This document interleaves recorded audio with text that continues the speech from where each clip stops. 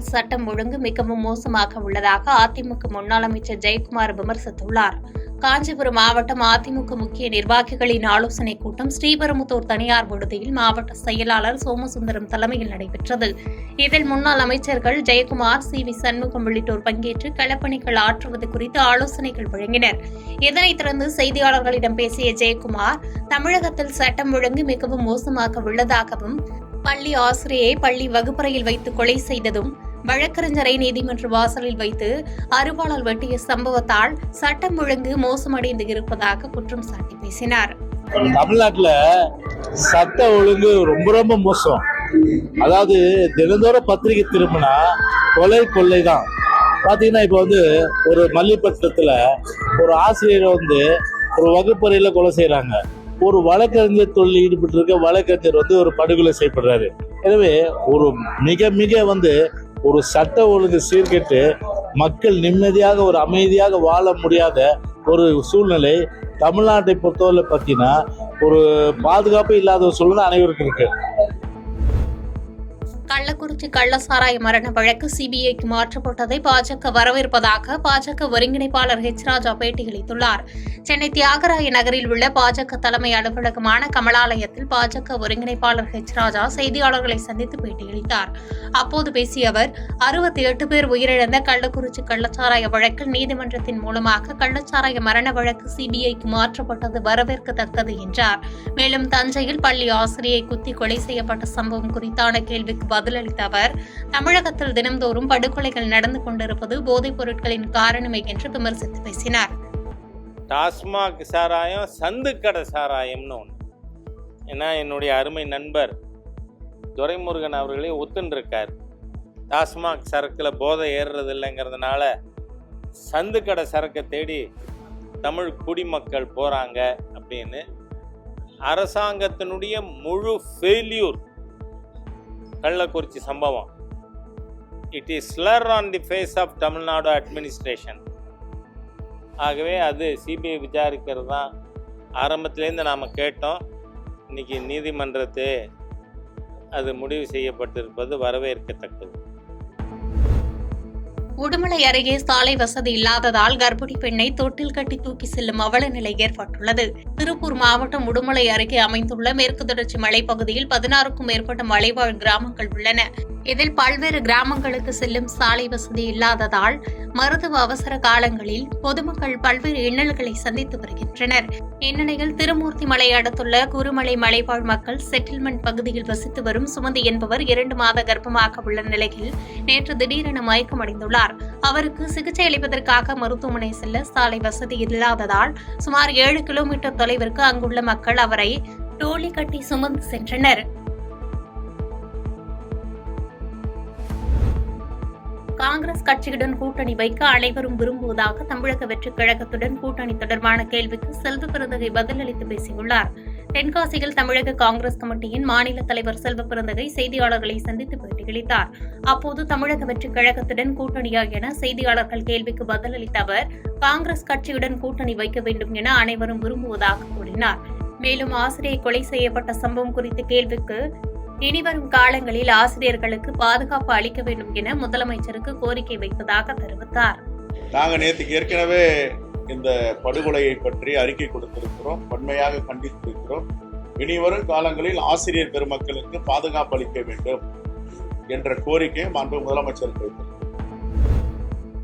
மாமனார் வீட்டிலேயே இருந்து கொண்டு அவரது வீட்டில் இருந்து 57 சவரன் நகைகளை கொள்ளையடித்து சென்ற மருமகனை போலீசார் கைது செய்தனர். வேலூர் பாகாயம் பகுதியைச் சேர்ந்தவர் ஓய்வு பெற்ற வட்டார வளர்ச்சி அலுவலர் சாலமன். இவரது மனைவி உயிரிழந்த நிலையில் இவரோடு அவரது மகள் ராதிகாவின் கணவர் சாம் ஜெபதுரை அவருடன் வசித்து வருகிறார். இந்நிலையில் மகள் மற்றும் தந்தை சென்னையில் திருமணத்திற்காக சென்று திரும்பி வந்து பார்த்தபோது வீட்டின் கதவு உடைக்கப்பட்டு வீட்டிலிருந்து 57 சவரன் தங்க நகைகள் திருடு போனது தெரியவந்தது. இதுகுறித்து போலீசார் விசாரணை மேற்கொண்டு வந்த நிலையில் சாலமனின் மருமகன் சாம் ஜெபதுரை தனது நண்பருடன் சேர்ந்து நகைகளை கொள்ளையடித்து சென்றது தெரியவந்தது. இதனையடுத்து தனிப்படை காவல்துறையினர் திருவள்ளூரில் தலைமறைவாக இருந்த மருமகன் சாம் ஜெபதுரை மற்றும் அவரது நண்பர் உசேன் ஆகிய இருவரை கைது செய்து அவர்களிடமிருந்து 57 சவரன் தங்க நகைகளையும் பறிமுதல் செய்தனர்.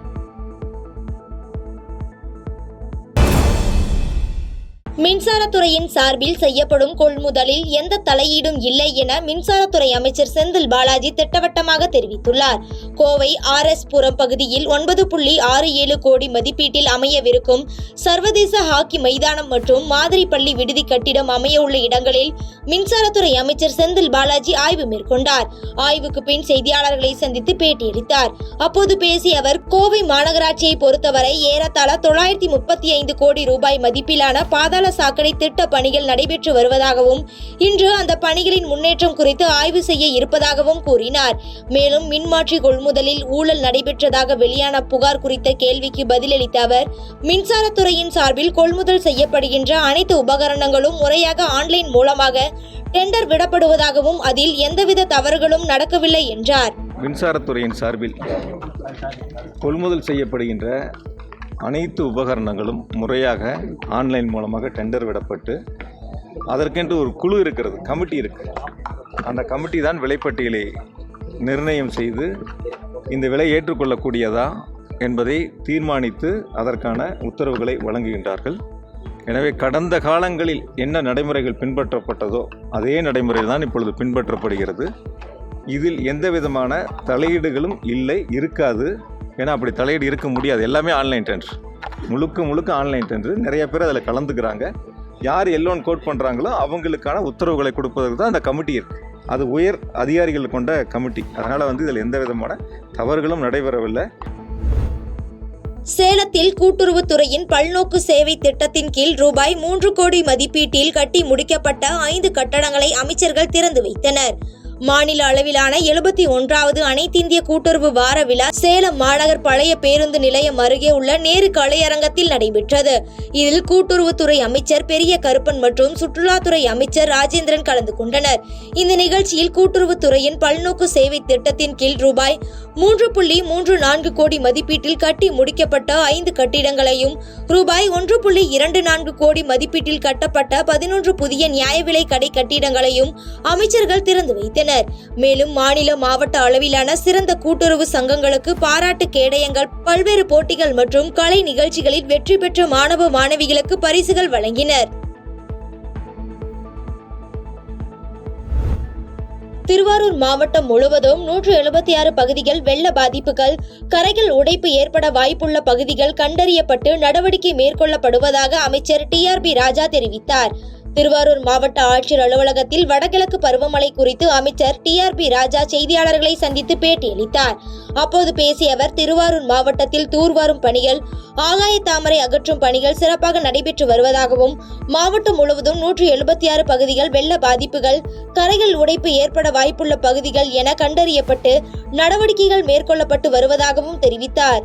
மிக சிறப்பான முறையில் திருவாரூர் மாவட்டத்தில் நமது மாவட்ட ஆட்சியர் மிக சிறப்பாக எல்லோரையும் செயல்படுத்தி எல்லா தூர்வாரும் பணிகள், அதே போல் எல்லா முன்னெச்சரிக்கை பணிகள் எல்லாம் செயல்பட்டு சிறப்பான முறையில் தயார் நிலையில் அரசு இயந்திரம் இருக்கிறது. எந்த மழை வந்தாலும் நிச்சயமாக மக்களை பாதுகாக்கும் பணியில் அரசு முழு தயார் நிலையில் உள்ளது.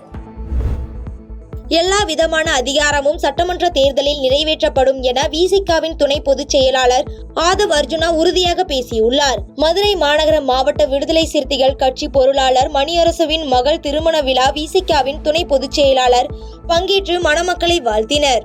பின் மேடையில் பேசிய அவர், தமிழகத்தில் ஆவண படுகொலைகள் அதிகமாக நடந்து கொண்டிருப்பதாகவும், வலதுசாரி இடதுசாரி என பேசக்கூடியவர்கள் கூட ஆவண படுகொலையை பற்றி பேச மறுப்பது ஏன் என ஆதகம் தெரிவித்தார். மேலும் தொடர்ந்து பேசிய அவர், திருமாவளவனுடைய கனவுகள் கூடிய விரைவில் நிறைவேறும் என்றும், எல்லா விதமான அதிகாரமும் சட்டமன்ற தேர்தலில் நிறைவேற்றப்படும் என்று உறுதியாக பேசினார்.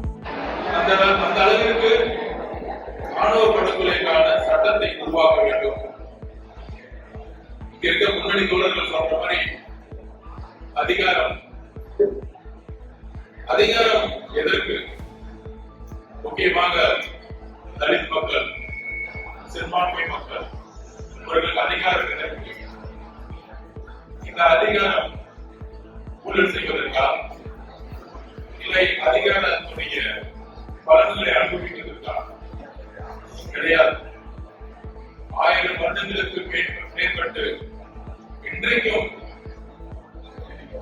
ஒரு சமநிலையுடன் ஒசூரில் முன்விரோதம் காரணமாக வழக்கறிஞரை நீதிமன்றம் வளாகத்தில் அரிவாளால் வெட்டிய சம்பவம் பெரும் பரபரப்பை ஏற்படுத்தியுள்ளது. கிருஷ்ணகிரி மாவட்டம் ஒசூரில் பிரபல வழக்கறிஞர் சத்யநாராயணன் என்பவரிடம் கண்ணன் என்பவர் ஜூனியராக வேலை செய்து வந்துள்ளார். அங்கு மற்றொரு ஜூனியரான சத்யா என்கின்ற பெண்ணிடம் கண்ணன் பழகி வந்ததாக கூறப்படுகிறது. இதனால் சத்யாவின் கணவர் குமஸ்தா ஆனந்திற்கும் கண்ணனுக்கும் இடையே தகராறு இருந்ததாக கூறப்படுகிறது. இந்த நிலையில் ஒசூர் நீதிமன்ற வளாகத்திற்கு வந்த ஆனந்த் கண்ணனை அரிவாளால் சரமாரியாக வெட்டி சாய்த்து நீதிமன்றத்தில் சரணடைந்தார். இரத்த வெள்ளத்தில் சரிந்த கண்ணன் ஒசூர் தனியார் மருத்துவமனையில் அனுமதிக்கப்பட்டு கவலைக்கிடமாக உள்ளார். மேலும் அரிவாளால் வெட்டிய ஆனந்த் என்பவரிடம் ஒசூர் நகர போலீசார் விசாரித்து வரும் நிலையில் வழக்கறிஞர்களுக்கு பாதுகாப்பு சட்டம் இயற்றக்கோரி வழக்கறிஞர்கள் சாலை மறியலில் ஈடுபட்டனர். பாதகம் செய்பவரை கண்டால் நாம் பயங்கொள்ளலாகாது பாப்பா, மோதி மிதித்து விடு பாப்பா, அவர் முகத்தில் உமிழ்ந்து விடு பாப்பா. அண்மை செய்திகளை உடனுக்குடன் தெரிந்து கொள்ள இணைந்திருங்கள் இயம்நாடு தொலைக்காட்சியுடன்.